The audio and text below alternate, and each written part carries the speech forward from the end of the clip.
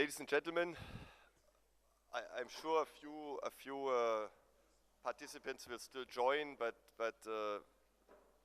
to value everybody's time of everyone who is already here, I suggest that we start with our session on the fourth industrial dialogue, revolution dialogue. So, okay, and I believe everyone here in this room certainly knows what the fourth industrial revolution means, so I don't have to explain it here. The idea of this session is that we deep dive a little bit, not only into the technology, but also in the business model innovation that we see, process innovation, and also then, of course, the technologies, and also try to verify a bit what type of technologies do really make already a difference, and what's maybe still a little bit hype and not yet reality. And then everybody else, please take also a microphone, ask questions. I would like to keep this as interactive as possible. So without further ado, I would like to introduce here the gentleman, I have to say, because our one lady is not yet here or didn't come yet. So anyway, would like to introduce the gentleman here on this panel. So I just start from right to left. So here we have on the right, Jose Xiong, right? Jose is a Taiwanese entrepreneur, but he lives in Israel. He's founder and CEO of Winner Technology, right? Winner is a company specialized in technology towards medical, right? In the medical business, testing technology and for the most life-threatening diseases, as I know. So next to Jose, we have Chris. Chris is also a founder, also an entrepreneur, the founder of Stash Tech, right? And Stash Tech is a Philippine-based company, focuses on simplifying end-to-end processes in e-commerce. We will hear more from Chris about that later. Then on my right side, we have Mark Müller-Ebelstein, actually German from nationality, but he lives in Seattle already more than a decade, so I'm sure you have also meanwhile a US nationality. So he's also a well-known leader, entrepreneur, investor, consultant. He has written books, I believe, so you can also buy his books right after this session. And he also teaches at the Rutgers University Business School. He has also 5 years, or the last 4 to 5 years, he has specialized also on blockchain technology. So also one of those technologies very relevant for this session. On my left, I have the pleasure to welcome Pina Hirano. Pina Hirano is the CEO of Asteria, and he just told me that's the succession company of Infoteria. So for the 20th anniversary of Infoteria, which he also founded and was the CEO, they just decided, let's rename it in the new age, make it a new, fresh name. He also chairs the BCCC, and now I have to read this really from your card, but it's a blockchain cooperation across industry, also in Japan.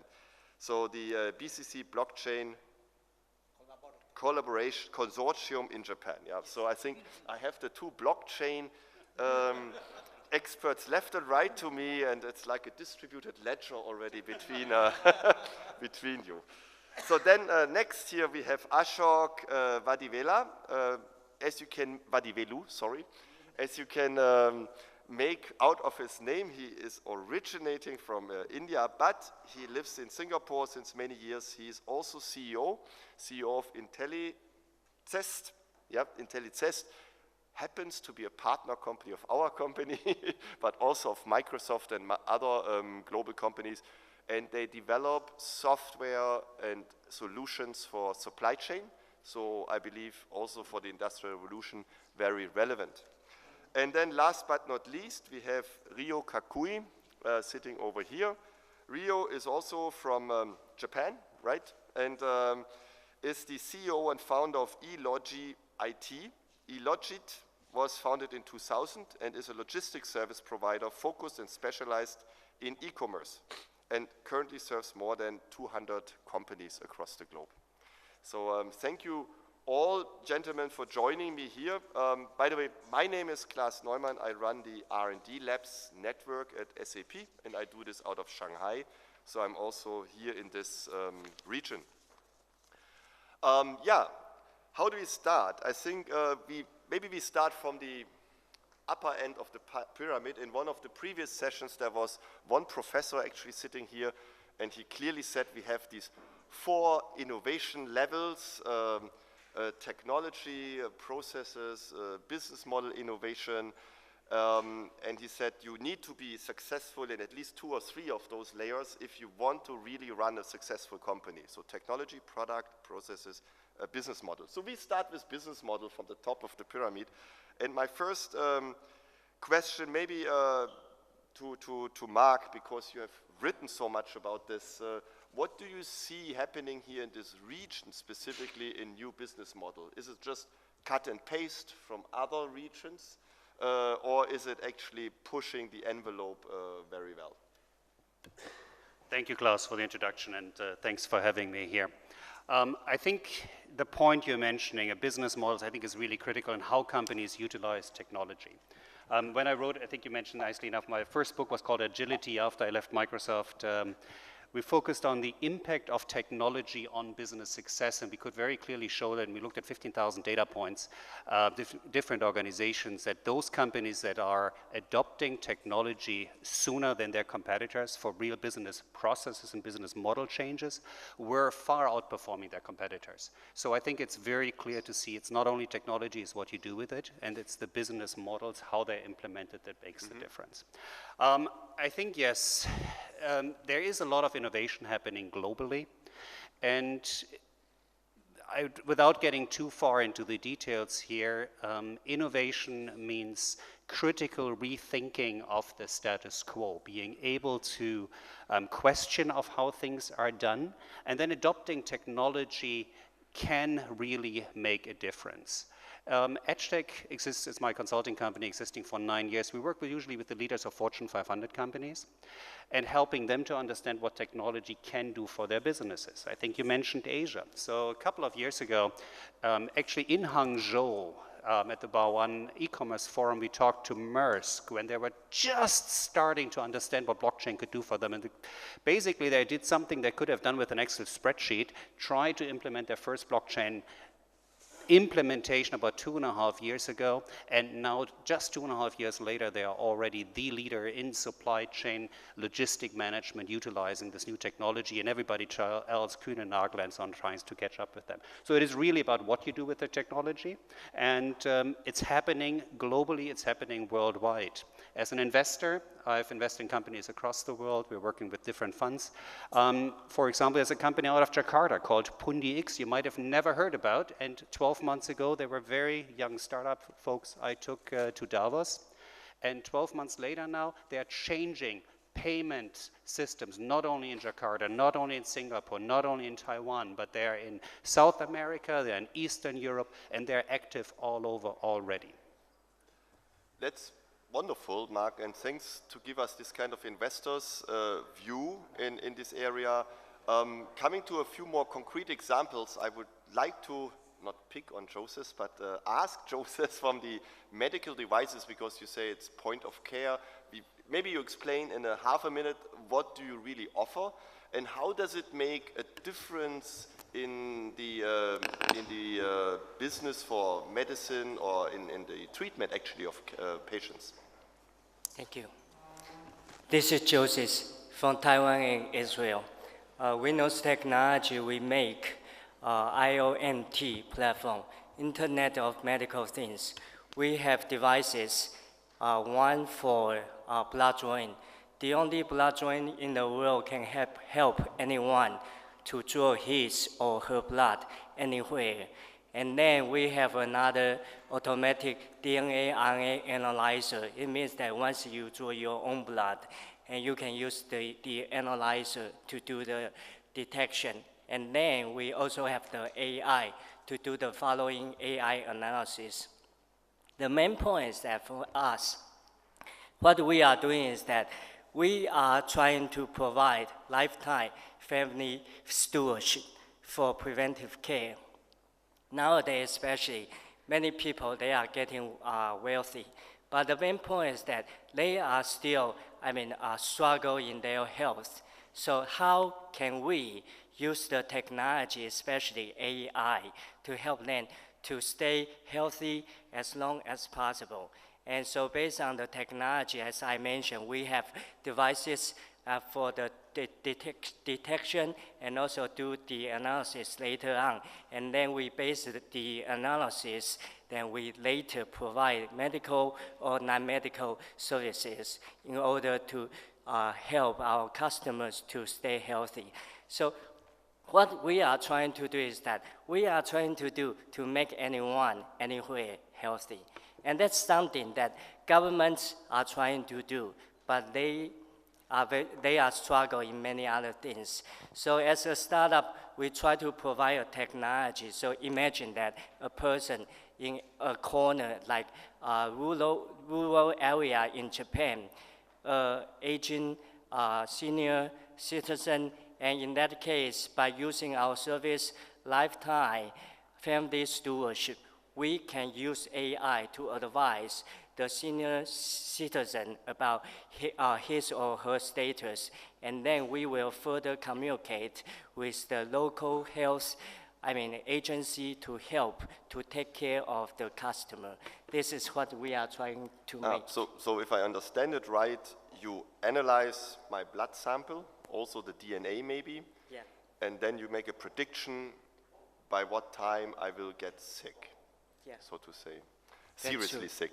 Yeah, not that's the true. next cold, obviously, but so, okay. And can I ask you, how expensive is this today to do this? Yeah, as I said that our value proposition is for anyone, anywhere. And also we are a group of scientists, so we know how to make things in a smarter way. So it means that what we are going to offer is very affordable. So especially, again, for anyone, anywhere, as I say, especially for Japan, it's a aging country. So No, that's true, that's we true. do like to help, yeah. Yep. No, I agree, and why not helping and making also money out of this? I think that's absolutely the right approach in this world.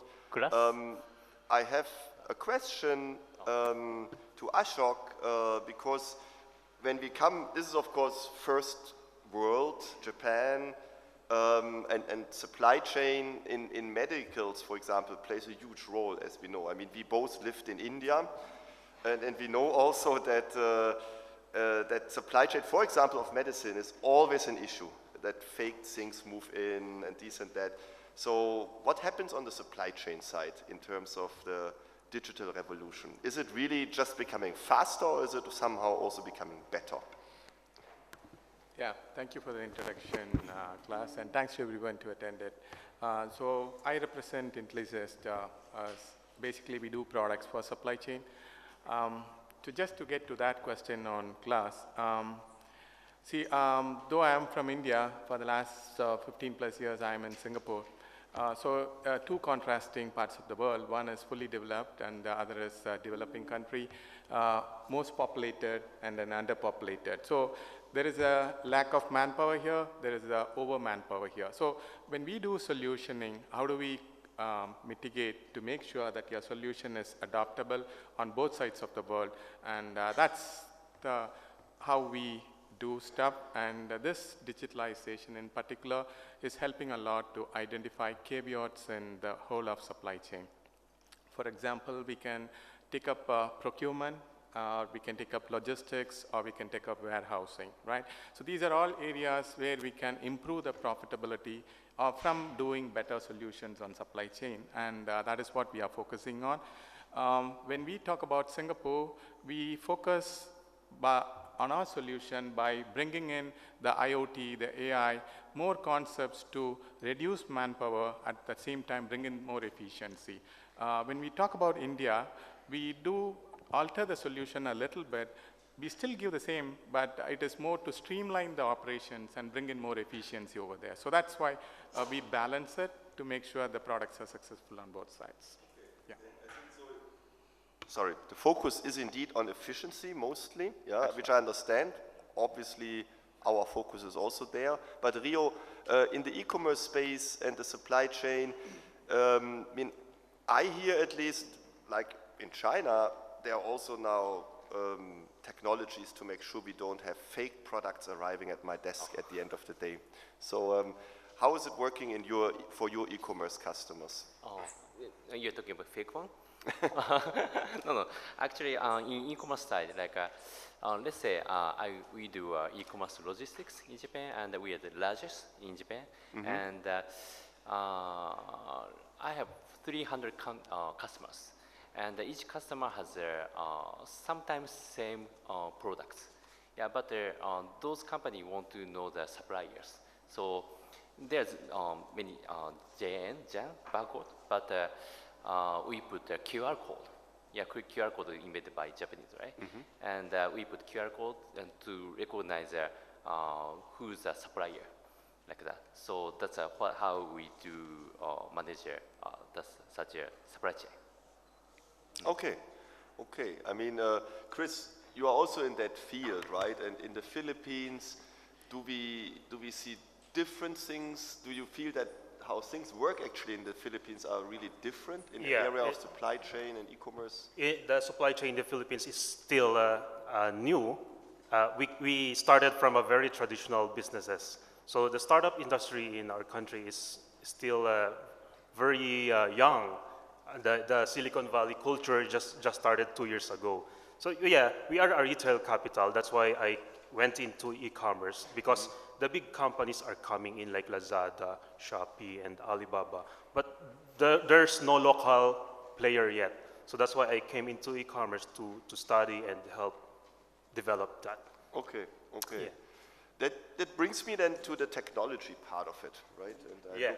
look, left and right, artificial intelligence, blockchain, all these technologies are supposed to make the big difference, right? Is that really the case? Let's start here on my left-hand side. If I would ask you, Pina, in terms of blockchain technology, do you see this right now happening, and what is actually the difference blockchain can do in supply chains or other processes? Okay, the one thing blockchain can provide is, as you mentioned, to avoid fake products. Like the blockchain can record any process of the supply chain at the time, and the data cannot be modified afterwards. So sometimes the fake products happen in the supply chain. For instance, the agriculture or medicine that actually exists nowadays. Well, the reason that can be happen is the data, previous data has modified by someone later. Yeah. Then it comes to fake display or fake products. So blockchain, one of the feature of blockchain is cannot modify the data afterwards. Anyone, even in the manager of the data. So this will more make sure to have a real, the genuine product from the beginning to the consumer. So that's one. I believe this also works if you want to see a running blockchain case in this country. You just have to go to the Vietnamese-Chinese border, where the border traffic, where you had previously trucks lining up for days, has been simplified enormously because every stakeholder and the custom authorities working with a blockchain-based approval process of the freight documents, right? And therefore, today you can just with your truck show your mobile phone, and every customs officer just checks, everybody has the same data, and there's no way that somebody could fake it in the middle. Right. So even in Japan, we have experienced several accidents. How can I say it? The company changed it or they faked the data or the sensor or their product data. So those kind of stuff can happen, not only in the supply chain, but in the one company or the factory. So this is very good advantage of use of blockchain to assure the data coming from including IoT or even other digital sources. Yeah, and Mark, I mean, you live in Seattle, right? I do, yes. Which, when I'm not traveling. yes.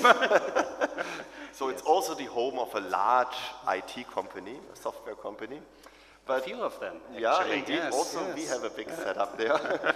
No, but I think on the West Coast there, blockchain is extremely hyped. We see now the first examples. We have heard about it.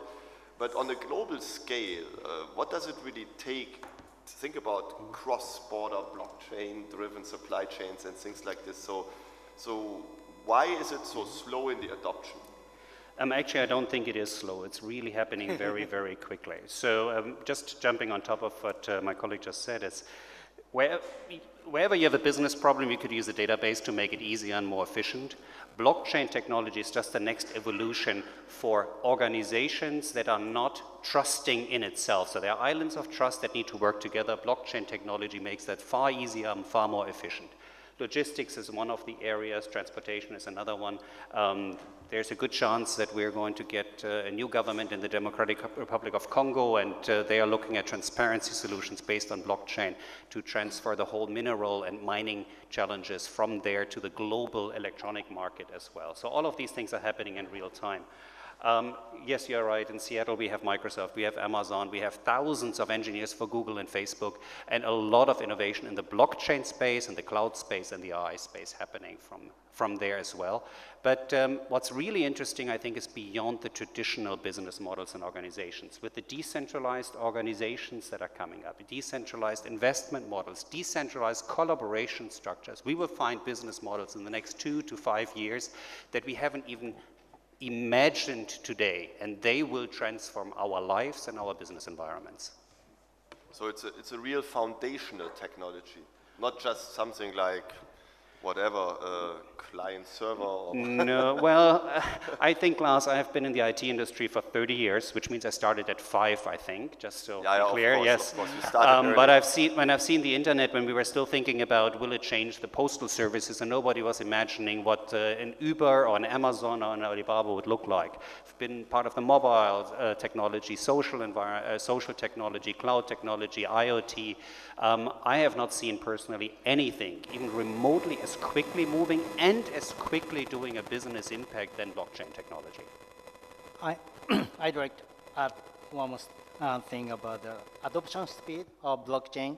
I also don't think it's not slow, but the one thing I need to point out is in financial area, it is slow than expected.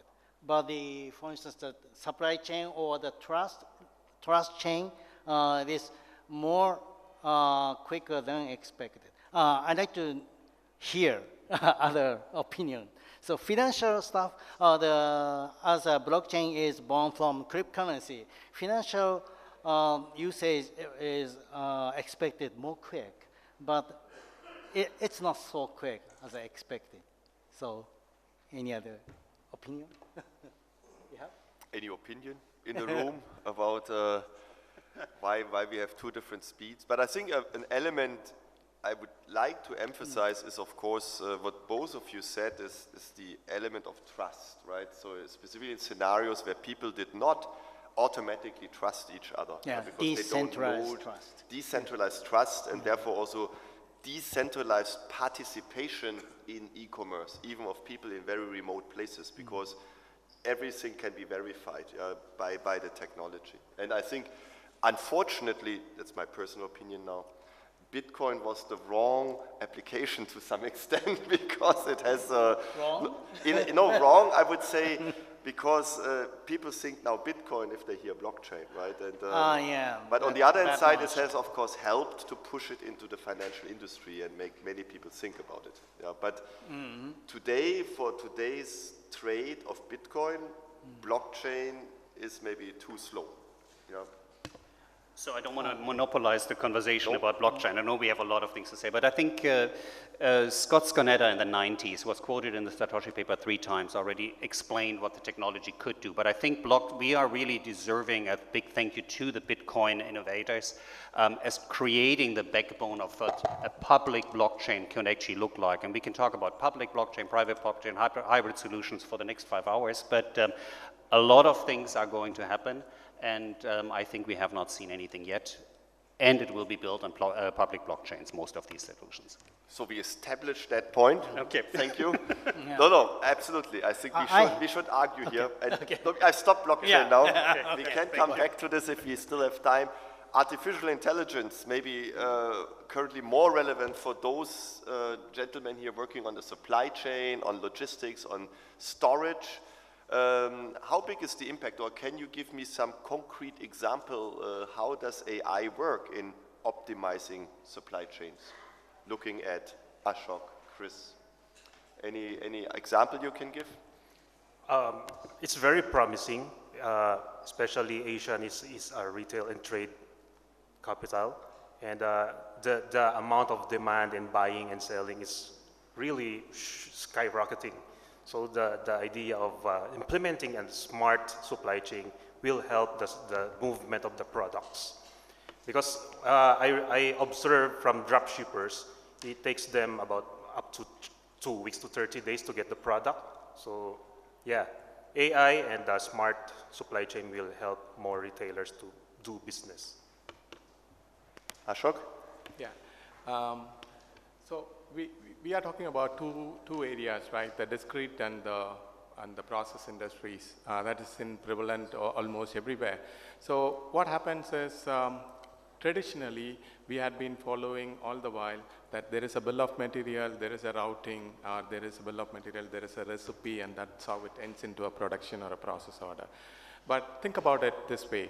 You have a process form, just do everything the way you do, because you get into an industry to work, you do your work, and you come out of it. There is a system that is going to capture everything for you, and end of the day, it is going to give you an analysis to state that this will be the ideal bill of material for you, or this will be the ideal recipe for you, and that is what AI is giving you as part of this new industrial 4.0 revolution. We also, I've seen warehouses, let's say they optimize the forklifts, for example, driving around. So instead of 10, by just optimizing the way they move around, you need now only 7 or so. So there is a certain improvement, but you need lots of data to do this model, and to also have, let's say, machine learning needs data. Where do you get all this data? Correct. Chris, it so how do you train your models? It involves a lot of data, so analytics, big data. And when you mention the forklifts, there are new technologies right now that are robots that are moving the parts inside the warehouse. So it saves 20% of the storage space and also increase the time to deliver the product. Yeah. But Joseph, specifically for your prediction on certain, let's say, DNA constellations or blood samples, you need lots of data. But specifically, such person-dependent data, isn't this extremely hard to get? Is this not kind of a roadblock in those technologies becoming successful? At least I know from the country where I used to live, in Germany, even sharing between doctors of patient data is not possible. So how do you manage this? Take Taiwan as a good example. Taiwan has collected, medical data from patients for quite, decades. And so in Taiwan, there is a governmental project. So as a startup or a company, you can work with a doctor and all together to use that data and to do some building up the algorithm and so on and so forth. And it's super helpful for us, especially for AI prediction. For people's health, it's all about the amount of the data. So I would say that for Taiwan, it's a very good site to do the prediction. But the main point is that for medical AI, it's very, very related to the race For example, in Taiwan, most people are, Taiwanese, Chinese. Nowadays, more Caucasians come in to be, Taiwanese. But the point is that the number of non-Chinese, the sample still very few. So this is the problem. But I would say that in the future, if the governments or all governments, they have a kind of regulation to lose their regulation for data, especially for governments themselves, first to build an ecosystem to collect data, legally and safely, and then properly release those data with private sectors or research institutions. It will be very helpful. Thank you. This sounds like a paradise country for people who want to create companies for based on medical data, right? So you just go to Taiwan. Yeah, Taiwan. You have is. access on this hopefully Taiwan anonymized data. Yeah. And then you scale to China. At least you have another 1.3 billion user. Yeah, please.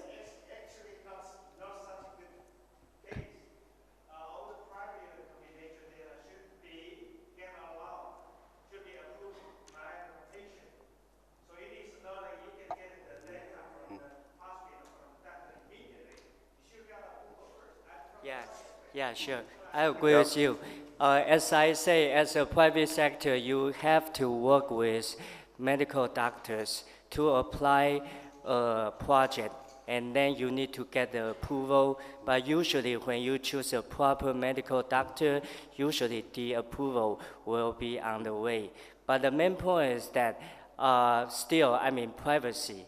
Privacy is the concern. So especially nowadays and the coming years, I do think the government is going to have more strict regulation. But as far as that aging population is concerned, I do think there will be a balance, especially for Japan and for Taiwan, for Korea, and many other Asian aging countries. I do think there will be a balance there. Thank you very much. Yeah.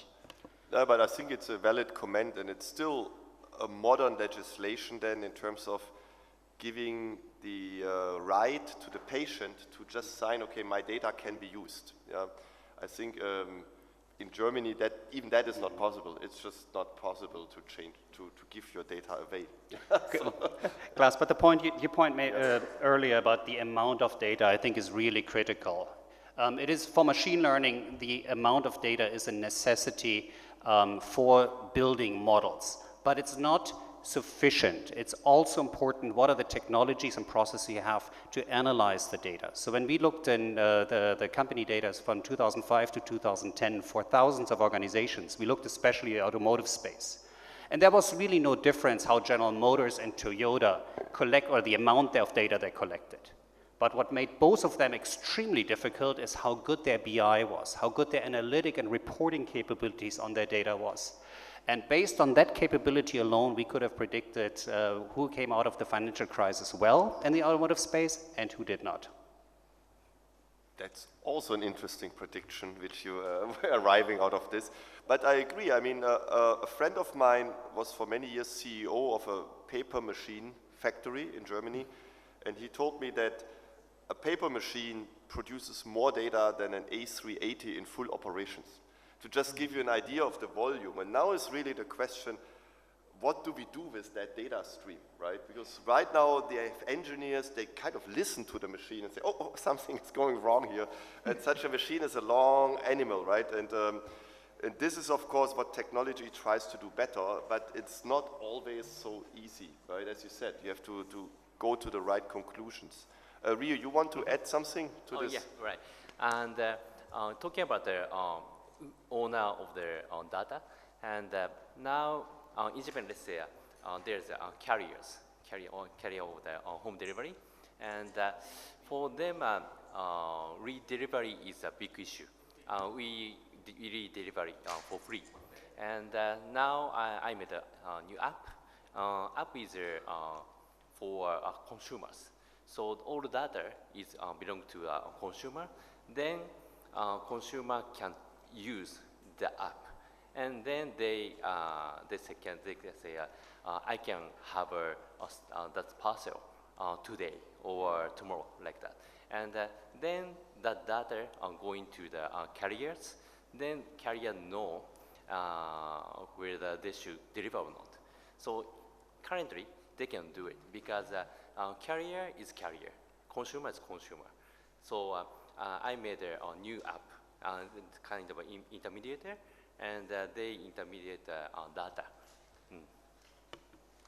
Yeah, that touches an important point, and we just basically had the discussion of who shares the data with whom. Obviously, everybody knows in this room the sentence, data is the oil of the 21st century, and there's definitely some truth in this. But then we come, of course, to the protection of the data, to the regulation around it, and the regulation is also in many countries different. Is this not somewhat stopping cross-border business if you have to be aware of so many different regulations? Any one of you having global customers who face regulatory issues right now in this field? Or maybe Mark? Yeah, of course, I don't want to monopolize the conversation, but yes, of course, most of our customers working globally, and the different regulations between Europe, the United States, Taiwan potentially, has huge challenges for those organizations to figure out what can they do with the data, how to anonymize this, but also how to mine it and to draw models out of it. I think it's a big challenge most of the customers are facing and partners, large organizations face, and I think we will see potentially opportunities, again, I don't want to go back to blockchain itself, but where we provide ownership of data back to the individual. And the question is, what do they provide us for what kind of usage scenarios? We had a good conversation with the CEO of the American banks in early last year, actually, focusing on becoming data wallet providers. So instead of managing money, managing individuals' data, seeing that as a potential business opportunity. I mean, there are definitely new business models. I recently also has asked a company to find out who has stolen my identity because somebody has stolen it and started ordering in different e-commerce shops under my name, which creates lots of issues for you, I can tell you. So you need a good cybercrime force at your police to go into these things. So new job profiles also. But I wanted to come back to the regulation. I mean, cybersecurity, of course, most countries have now huge on their agenda. I live in China. Chinese cybersecurity law is on everybody's mind right now because it is very wide, yeah, and governments have as the main focus national security, and businesses have data security, and of course privacy is also an important thing. But the question is still there. I mean, the maximum security means one doesn't exchange anything anymore, which is also not helpful. So how to strike this balance of still changing and having some data flowing, but at the same time keeping it secure? How do you do this in your companies? As a startup, it's not wise to build up your system because it's not affordable at all. So what we do, we use the, big companies' AI tools or cloud services as the basis. And then we have our own algorithm, and only we ourselves know what the algorithms of ours can work and work. And so based on this framework, we run in a way that affordable, but still can make ourselves, very unique. And so that, it's really a tough, issue, how to protect your customers' data. This is our choice. Yeah, I think it's important to be realistic. Our security expert usually explained this to me. There's only two kinds of organizations. There's the organizations that have been hacked and the organizations that don't know that they have been hacked. And I think for us, it's coming down to a business decision. The head of MI5 visited Microsoft in the early 2000s. He put it quite nicely and said, there's only one kind of secure computer.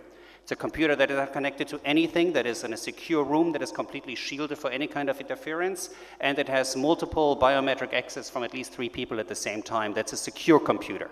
Not a very useful computer, but secure. So the moment you start to become useful, you become more and more insecure, and it's a business and risk decision you have to make as an organization. Indeed, indeed. And you mentioned before, I think, a use case of Maersk, right? The container shipping company. And Maersk, and this is an example that was also published, so I can speak about it. You may know that there was an attack from Russian hackers towards the Ukraine infrastructure, which was called NotPetya. That was the virus. From the Ukraine, there was collateral damage because the virus spread across the globe, and one of the company which it hit was Maersk in the headquarters in Copenhagen. And Maersk had an interesting backup strategy of all their servers in their 76 harbors they are running, which means every server is backing up each other. So a very distributed backup strategy, but what happened is that the virus hit all the servers at the same time. Yeah. So within 3 hours, Maersk did not know where are our ships, where are our containers, which containers on which ship, and who is going where. So the only thing they could do is calling all their ships and says, whatever your last order was, try to reach that harbor. We have nothing more we can tell you. And also offloading of the ships didn't work. All the harbors immediately kind of went also down in terms of logistics because the trucks came, nobody knew what to load and what to unload. So within days, Maersk was not operational anymore. The company had basically to shut down. Now they were wondering, where do we get our data back? And then they called every harbor, and there was one harbor in Ghana, in Africa, in Accra, where they had a power cut at the time when this virus struck. So they were calling them and said, look, don't switch the power on. We're flying there. We take the hard disk. They brought the hard disk to Copenhagen, and from this hard disk, they copied the data back to all other servers and to everybody's PC. 20,000 people's hardware had to be redone. This took about 7 days, 350 million damage. So just to give you an idea of what cyber attack in our completely connected economy can mean, right? And again, it's one of the maybe most well-known examples, but there may be many others which are just not known so much because companies avoid talking about it. Yeah. So I just wanted to mention this. Anyone wants to add to the topic of cybersecurity or of the audience? Yeah, here's a... So my name is Boy Hartmann. I'm a Danish citizen, so I can relate to the Maersk story. But and just by the way, they actually saved everything communication-wise by switching to WhatsApp, and the board of directors didn't know what WhatsApp was, but it was actually how they actually could communicate across the globe. Quite funny. No, my question is, I'm a big fan. I'm part of a blockchain community called 7BCVC run by Andrew Romans, and we have great believe in the future of some of these things. But two things are striking right now. One is, of course, the right to data and data privacy. So we have GDPR in Europe, we have HCCPA in California. There's rules and regulations in each of your countries. And being a global company is very, very difficult. We had a talk yesterday about Cathay Pacific in Hong Kong, which has a big data breach. They might actually end up being sued by the European Commission to pay a $20 million fine, 20 million euros fine for data breach in Hong Kong. Yep. And these are some of the things. So I'm afraid if you look at blockchain, it doesn't take away the problem of privacy. How are we going to have a global blockchain evolution if everything narrows down and become more local? So that's one core question. And the second thing is local registration. Most of the startups that we're working with, they're using Google AI or something similar to build their solutions, and they're hosted on AWS. But they are knowingly that they are actually against the local registration. In Indonesia, where I live, all private data has to be hosted in Indonesia. All transaction data has to be hosted in Indonesia. But in many places of Indonesia, there is power cuts, there is issues, there is uptime issues, so it's not possible. So knowingly, local companies will shut their eyes and do what's not local. How do we deal with those things? I think that's interesting. Is a very, very relevant question you are raising, because I mean, you put it really on the point. It's difficult to be a global company nowadays in this sphere, because also we, of course, we invest significant amount of money in lawyers, compliance checks for all of these markets, right? Because every market in the world, meanwhile, has different rules. And of course, we sell IT, right? And to global customers. So we are supposed to know all these rules. And, but for smaller SME companies, it becomes close to mission impossible. If you want to go to Indonesia, you have those rules, and lots of the promises of cloud computing getting upside down now because of basically this data. Legally, you can't really do this often in some scenarios. It's not easy. And my belief is the governments also have now to really come into the picture and close agreements. Yeah, I mean, WTO agreements or free trade agreements, etc., should not go with goods and services, but also on data. Yeah, so what is secure? What standards do we agree on? What do we agree is a real, secure standard? What kind of reference models we accept on those sides, and so on. And but these are difficult negotiations. That's true. I think it comes down eventually to a business risk assessment as well. Does the company really want the people's data, the personal data of somebody, or could there be a way of the individual or an organization owning their own data and only making available at the point of transaction what they actually need to make available? We're not there yet, absolutely not. But we might get there. I mean, if you look at like Monero, for example, it's an anonymous transaction mechanism, but it creates an opportunity for the individual to provide their transaction view to the tax authorization if they choose to do so. But it's not available for anybody else. Yeah, quick answer to your blockchain question. So blockchain is not the technology to address solving the privacy issues, but may help some system, but it's not. It's not. I would even say it's the opposite, because you distribute your data, right, to so many ledgers. There is no right to be forgotten in an immutable ledger. It's just not possible to implement that, right? So you may only have your EU-wide blockchain, but nobody from outside is permitted to participate anymore. There was a question somewhere or a comment? Here, yeah. I can maybe offer some practical explanation to something that we solved along these lines. I'm René Seifert. I'm running a service called True Profile, which is a standard for document verification. And there are various ways. One is blockchain. And there's obviously what you rightly said, this inconceivable collision between the right to be forgotten, one hand, and then the other thing that you can't erase it from the blockchain. So what we do, when we issue what we call a true proof on a PDF, we just hash the PDF. So no personal data is ever exposed to the blockchain, just kind of the fingerprint, a 64-digit string, and that is added to the blockchain. And we really worked hard with lawyers from Baker McKenzie between the offices in Hong Kong and London to balance out these different legal spheres in a very comprehensive corpus of terms and conditions and privacy policy to somehow balance this out. Yeah, so there are already solutions at the horizon. This is good. This is good to know. I mean, another field, and we briefly touched upon this, is of course, if we look into artificial intelligence, which most of the participants here said they are already using. But how do we avoid, for example, bias in the AI, right?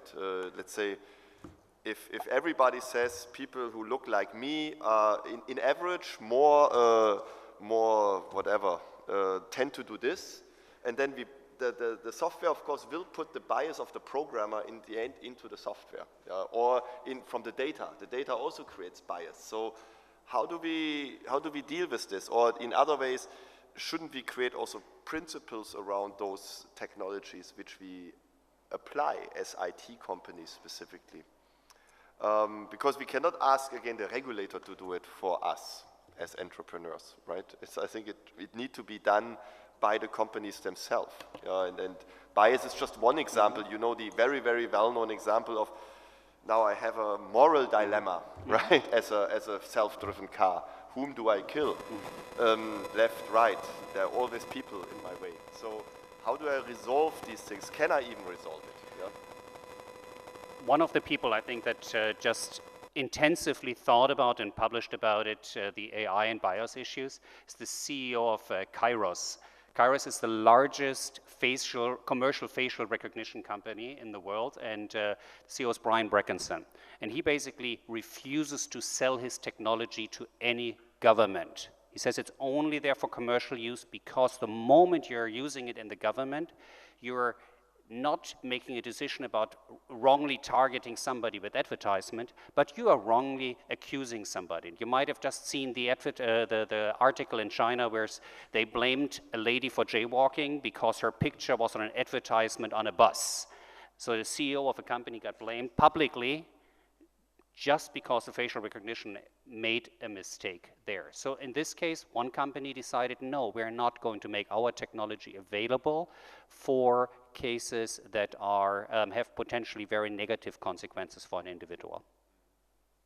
No, this makes sense. I mean, Rio, you work in e-commerce, right? And obviously use a lot of AI technologies to find out maybe what the customers want. And do you have something around AI where you say, here we use it and here we maybe not? Or are there any borders, or do we just push as far as it's possible?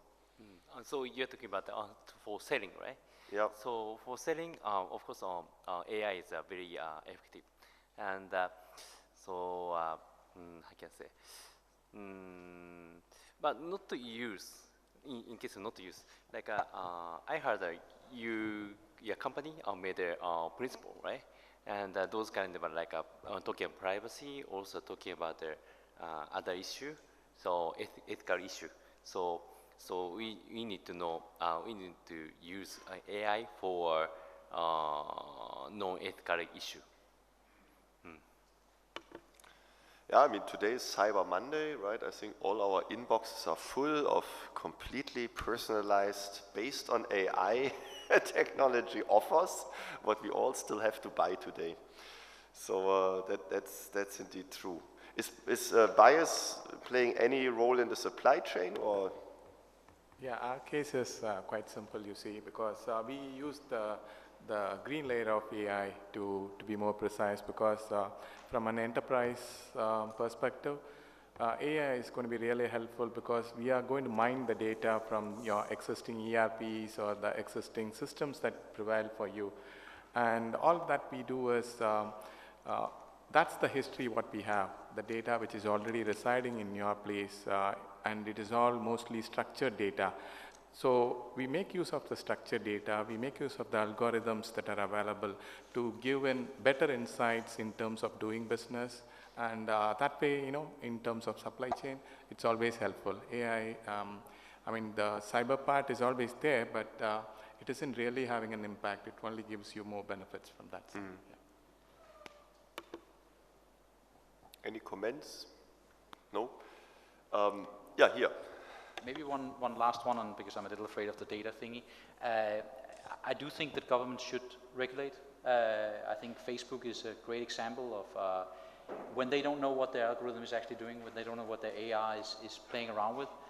There was this famous case about there was an advertiser who wanted to sell plane tickets to Las Vegas. And the algorithm actually ended up sending psychologically unstable people in masses to Las Vegas, because that's who gets attracted to gambling and all that fun.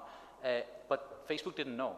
They didn't even know that their algorithm was capable of doing that, first after going into that. So I think we need to be clear that when companies like Facebook, and there's not a lot of them, there's Facebook, Amazon, Alibaba, essentially, who has that amount of data, they need some sort of regulation. But we're living in a more and more globalized environment. And when we said it's nice to ask for regulation, but whose regulation do we actually want? Do we want the regulation of the European Union? Do we want the one of the Americans? Do we want the one of Venezuela? I think it should be a responsibility of each company who developed that system that's with AI. It's a responsibility, because AI is kind of scary in the future. If we push too hard to develop it, it might control us instead. Yeah. Yeah, I mean, I believe it's, and I think Mark also said it, self-regulation Yes. is important in this field. But at the same time, I would also say governments should also not just take a blind eye to it. Yeah? And yeah, for some of the decisions, of course, the computers would do. Maybe we also as humans really can't do it. We just act maybe out of an impulse in such moments, so we can't just program these things. Not everything that can be programmed should maybe be programmed. Yes. That is true. And regulation has always been behind technology. It's a very important conversation we need to have, absolutely. But it's very hard to ask the regulator to regulate something that hasn't been invented yet or might be coming available sooner than later. And there's one more point is if you look at the history of technology, the most critics were usually right. All the dangers they are predicting are usually happening. But as a society, we always figured out how to deal with them afterwards. Yep. You wanted to have a final point? I like the German legislation on privacy. I think for 20 odd years they've been in front on the forefront of this. They didn't care if it was a telefax or it was a letter or whatever. You need to have approval from people if you are going to exchange. So maybe it's a little rigid. I get that, and it would probably stop something. So, but I agree with you. It's very, very difficult. But not doing something is, I think, also is wrong. Mm. Yeah, let's switch gears at this point and speak a bit. About the people who are affected by all these things in many ways. Yeah?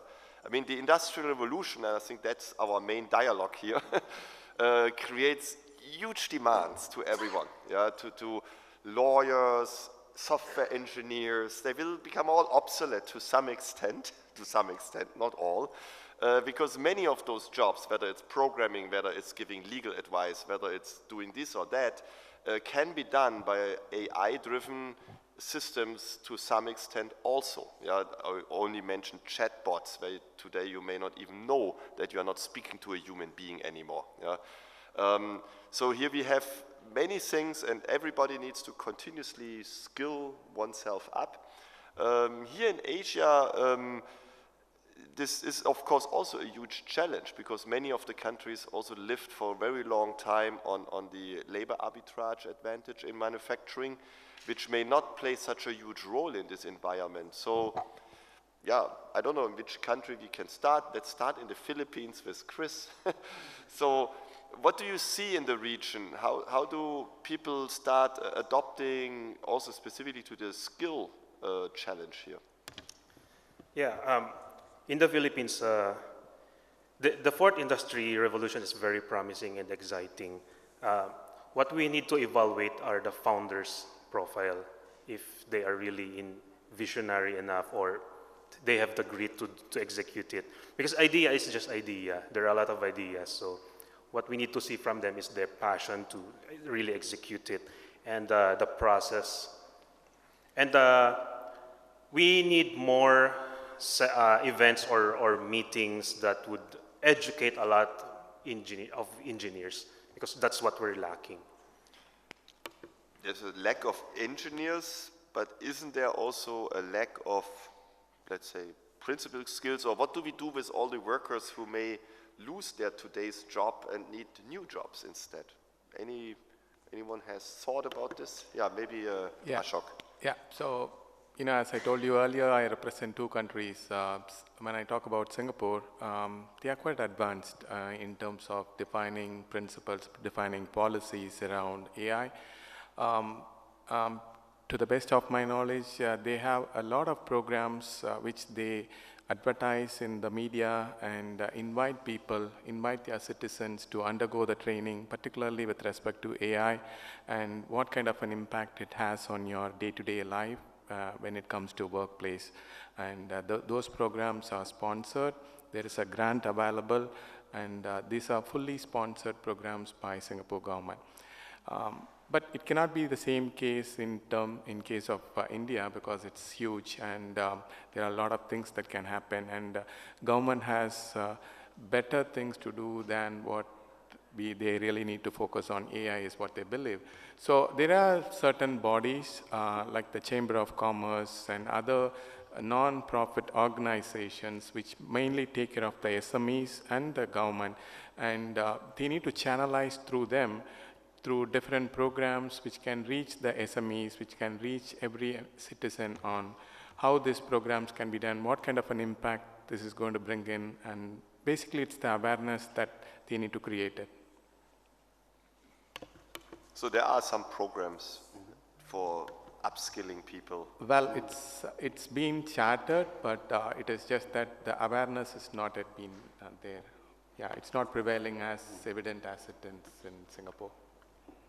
I mean, that is, I think, understandable, given the size of the magnitude of the challenge. How is it in Japan?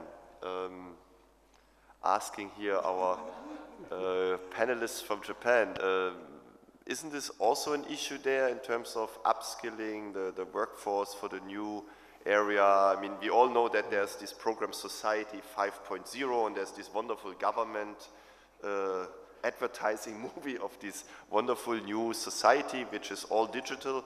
But doesn't it also require a certain skill set? And also how's with the adoption by the people of all these technologies?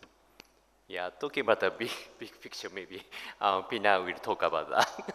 So let's say my main business is warehousing, and especially in warehousing area, everybody said that AI plus robotics makes no people.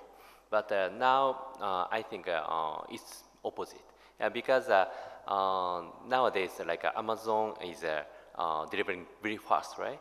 That means they are going to have small warehouses, yeah, especially in Japan too, like Rakuten and Amazon and other company, like we call ASCO, owned by Yahoo, and they have small depots, and they have a small number of the SKUs for stock. Then that means they can put robotics in that operation. So everybody thinks for warehousing, we don't have any human in warehouses, but I don't think that happens. Also talking about AI, like many warehouses, so that means that we need to decide from which warehouse we should distribute to a consumer. That's going to be usable by AI. Yeah, I mean that's understandable as an example, because that's very clear. But your essence is, so to say, yes, there are different workplaces, but not necessarily less. Yeah, so people work in other jobs then. Yeah, maybe not inside the warehouse, because indeed a robotics, AI-driven warehouse does not need human intervention.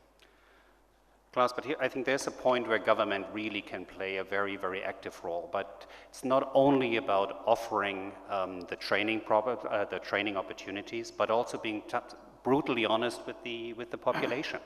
I'm not sure how familiar you are with the Appalachia region in the US. Lots of unemployed miners, they get free work training. They could be nurses, programmers, engineers, whatever they want to be, all paid for by the government. All those classes are empty. The classes those unemployed miners are taking are mining classes, how to be a better coal miner. So it's really important to be clear with the people what they should do. And a lot of them need very clear guidance. We can't really leave it up to them, to be honest and be very direct, to make the right decisions. Maybe we have to help them. On the other hand, it is a huge opportunity for the global active and mobile people. I mean, there's a good example out of the Philippines. There's a software development company we're working with. They are virtually working with people all over the world, paying Singaporean salaries, independent where the person actually lives and works. And they get to hire the best PMs, usually female, out of the Philippines, because they don't have to commute. They get paid about 5 times of what they get paid at the local environment, and they have a fantastic job, fantastic work environment, and get spend time both with their family and paid very well. And we are going to go into those environments where those, independent where they live, that are mobile, flexible, and can work in a global distributed environment, have those huge opportunities. Indeed, yeah. So, Mark did hit a point. We're saying that the upskill of AI for all our global citizens is not yet there. And Mark did hit a point when he said that the human resources right now, and especially the skilled project managers in the virtual environment field, and most of them are females in the Philippines, and it is really true. There are a lot of women right now who can now deploy chatbots. They're learning chatbots in the Philippines on their own, without, without anyone saying, I'll pay you, I'll train you. Actually, they're the ones who saying, I'll pay you, train me, I'll learn all about chatbots. And I really believe that this is all a matter of communication.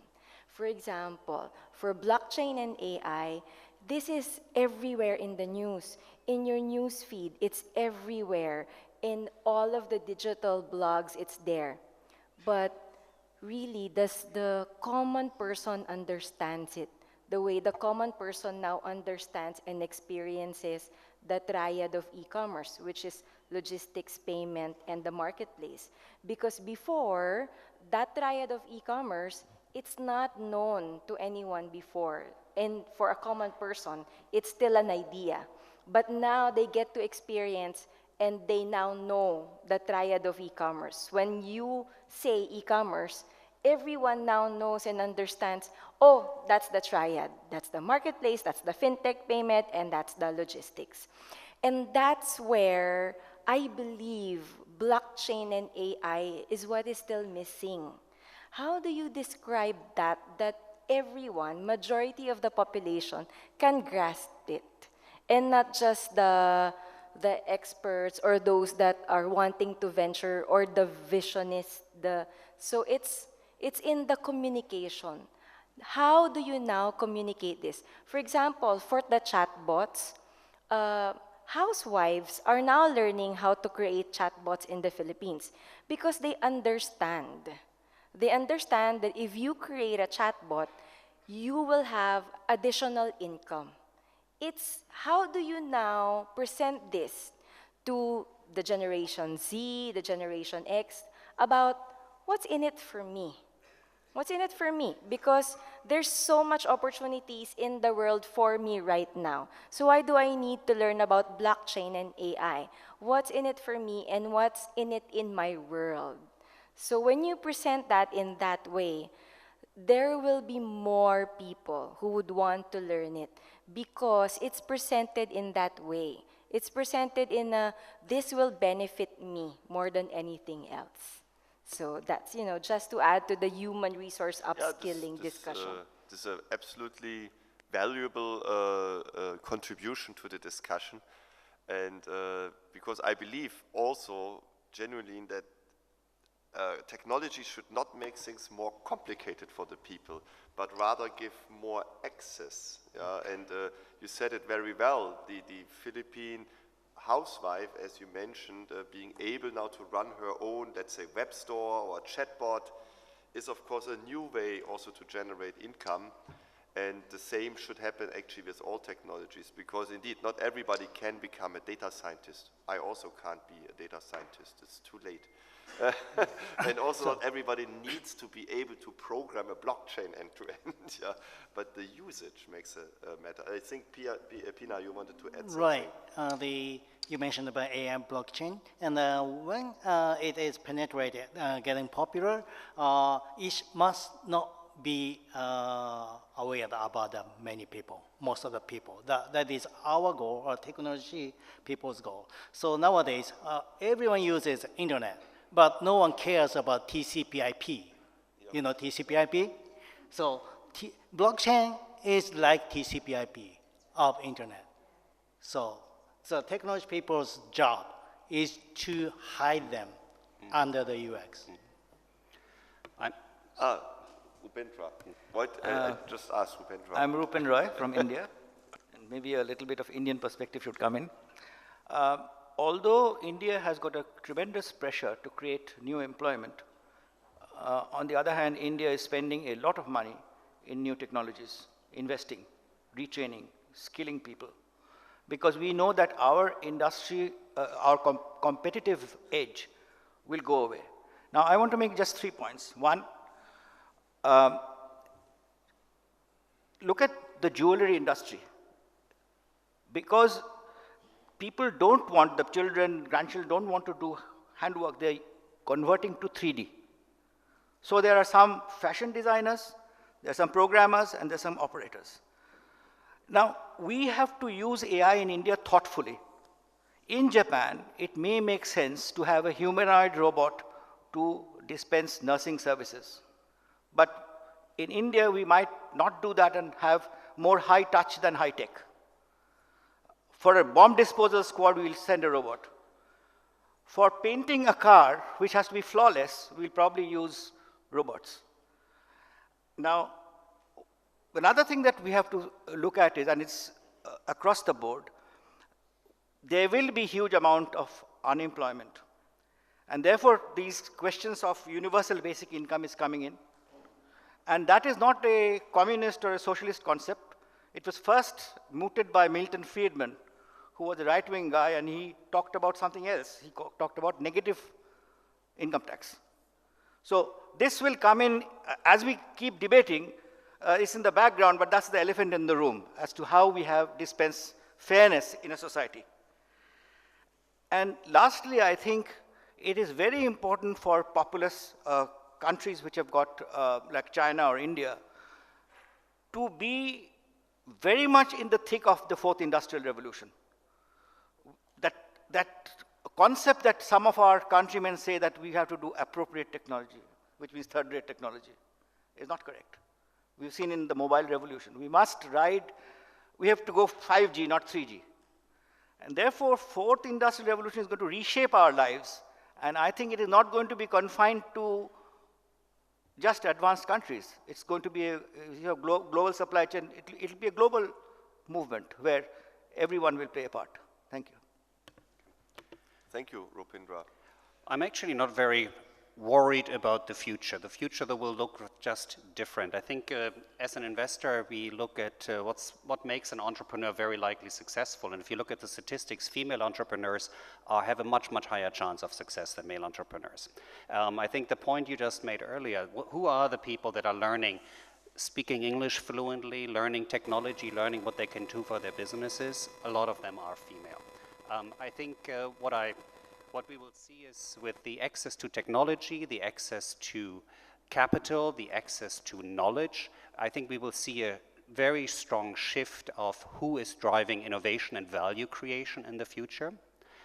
What I am concerned about are the guys, the middle-aged guys, the old guys, and the young guys that do not want to work, that do not want to learn, that are just trying to protect the status quo. And I think those are, if you look across the world right now, those are the people that are driving most of the conflicts we're seeing.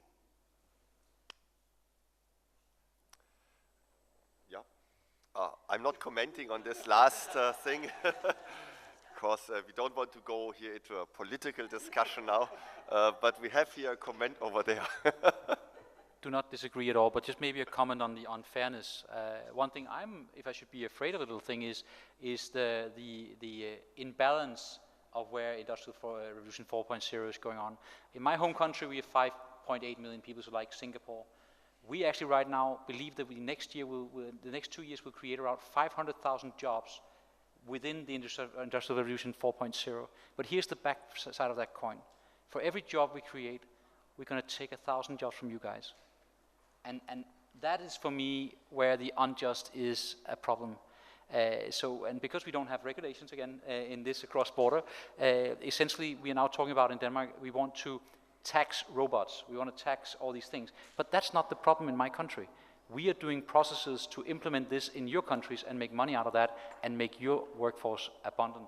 And I think that unjust is, for me, the biggest problem in this space right now, because it doesn't help that 1/3 of the BPO workers in India are without work in the next 5 years, because it's a massive amount of people, but there will be nothing to replace them, right?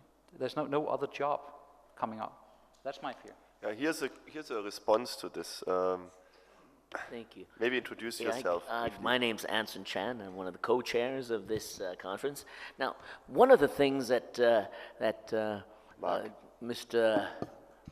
Mark Müller-Eberstein. Mark Muller Eberstein. Aberstein or Aberstein? Eberstein, like Einstein, very simple. Hey, well, you know, what you mentioned and what you mentioned, very interesting.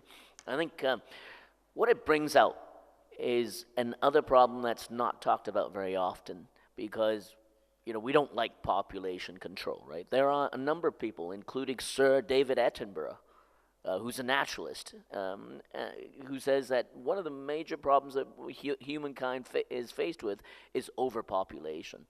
You know, because, you know, people are dying later, people living longer, and if birth rates are not controlled, then we're going to have, 50 years ago we had 3 billion people, now we have 6 billion people. When are we going to stop? 8 billion, 10 billion? You know, with massive extinction of wildlife, habitat destruction, and a fierce competition for resources. Added to that now, we have another problem. Used to be that these populous countries like China can lift themselves up by becoming the manufacturing centers of the world. Now, with AI and, you know, fourth generation manufacturing, maybe that avenue's closed off. And then you have this other problem Mark talked about in developed countries where, you know, you have angry, frustrated, blue-collar people who don't want to change. Now, population control is a difficult topic because it imposes a limitation on how many kids people can have.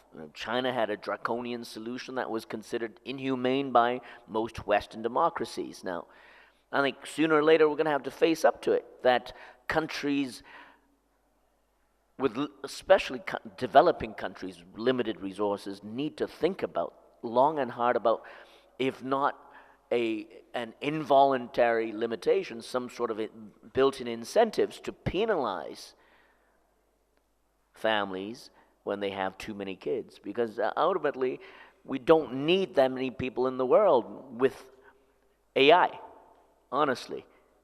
You end up with a lot of people playing video games and on government welfare, to be blunt about it. Thank you. Yeah, there's one comment here at the very end of the table, so please introduce yourself and respond. John Kidd, Ashton Business School. It's just a point of statistics. Global birth rate on average stabilized in 2001 at just under 2 children. The difficult areas are sub-Saharan Africa and India, which still have quite large families. But globally, there is no problem about population. There is a hysteresis effect that large families historically are still giving large families, and thus the global population will rise to a stable 11 billion and then fall to about 10 by 2100. UN statistics. So thank you for that valuable statistical clarification on that point. So at 11, that's it.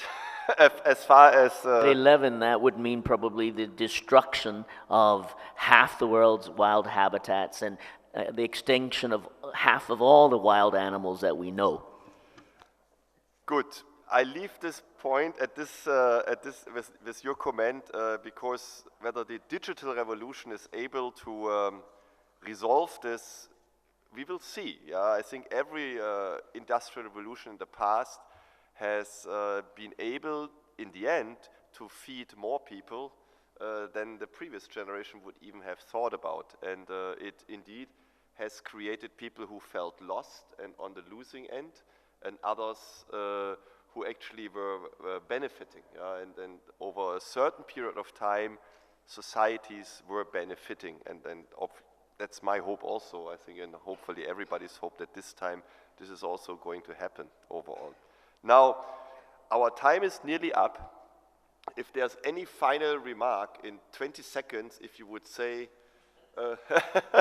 what is the biggest opportunity or the biggest challenge, one of the two only, which you feel we have to tackle or which we have to explore better in the field of the fourth digital revolution? Then please speak now. Yeah. 20 seconds each. So I was in an earlier speech on the entrepreneurship, where there was a question around the VCs are more interested only when there is a world called tech. Otherwise, they are not ready to fund anything. Or if there is a blockchain, then it's 100% funded. And that was the question. To answer that in a simple manner, it's not just tech. What we are trying to do here is align with technology with the industry. And when you're going to give a combination solution, that's the biggest opportunity that we have here. Whereas, as this gentleman next to me mentioned, the challenge here is on the adoption. And we all know that the beauty of human is adoption, and we had been prevailing and India is known for the survival of the fittest, so we keep transferring from one technology to the other. So, yeah. So our main theme is Industry 4.10, right? So I think in the future, seller equal to buyer. So that means C2C world. So in C2C world, so we have countries, but C2C cross border doesn't mean countries. So we are going to change our world without countries. That's an opportunity and a challenge at the same time, right? Yeah, So yeah. to create this new borderless, so to say, world. The challenge is destroying old organizations. Not only company, but the government and the educational, especially for Japan. So even if there's a new technology or new revolutionary stuff exists, it is very slow to adopt by the old organization. So it is a challenge, but must do for the success of the new revolution. Okay, we can relate this to Japan to some extent. Yeah. So the way how we drive this creative destruction process, Mark? I think as a global level, humanity has never been better than today. I think that's very important with all the bad news we're hearing all the time. It has never gone better than today. There's a lot of challenges, population, climate, all of these things. I think technology will bring its own challenges, but ultimately it will solve it. I think we have huge opportunities. Our future will look different. It will likely look more female, more global, and more collaborative. Very optimistic outlook here from Mark in terms of that things will be fine. Chris? Okay. The challenge is similar to adoption. It involves the people.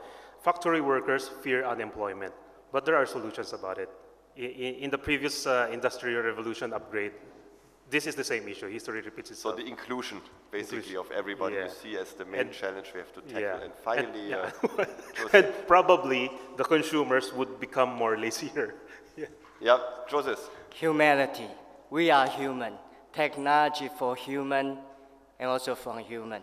Make a balance. So for the, lawmakers, governments, they should make a balance.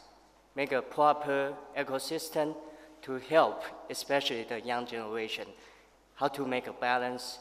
They can sustain their life as well as still use the technology to help aging population. Fantastic. So nobody could have said a better closing word. We have to keep the human in the middle and at the center of what we do, whatever we do in terms of technology. So thank you everybody for joining this session, for contributing. I hope you got something out of it. I certainly got, and I wish you a nice afternoon. Thank you.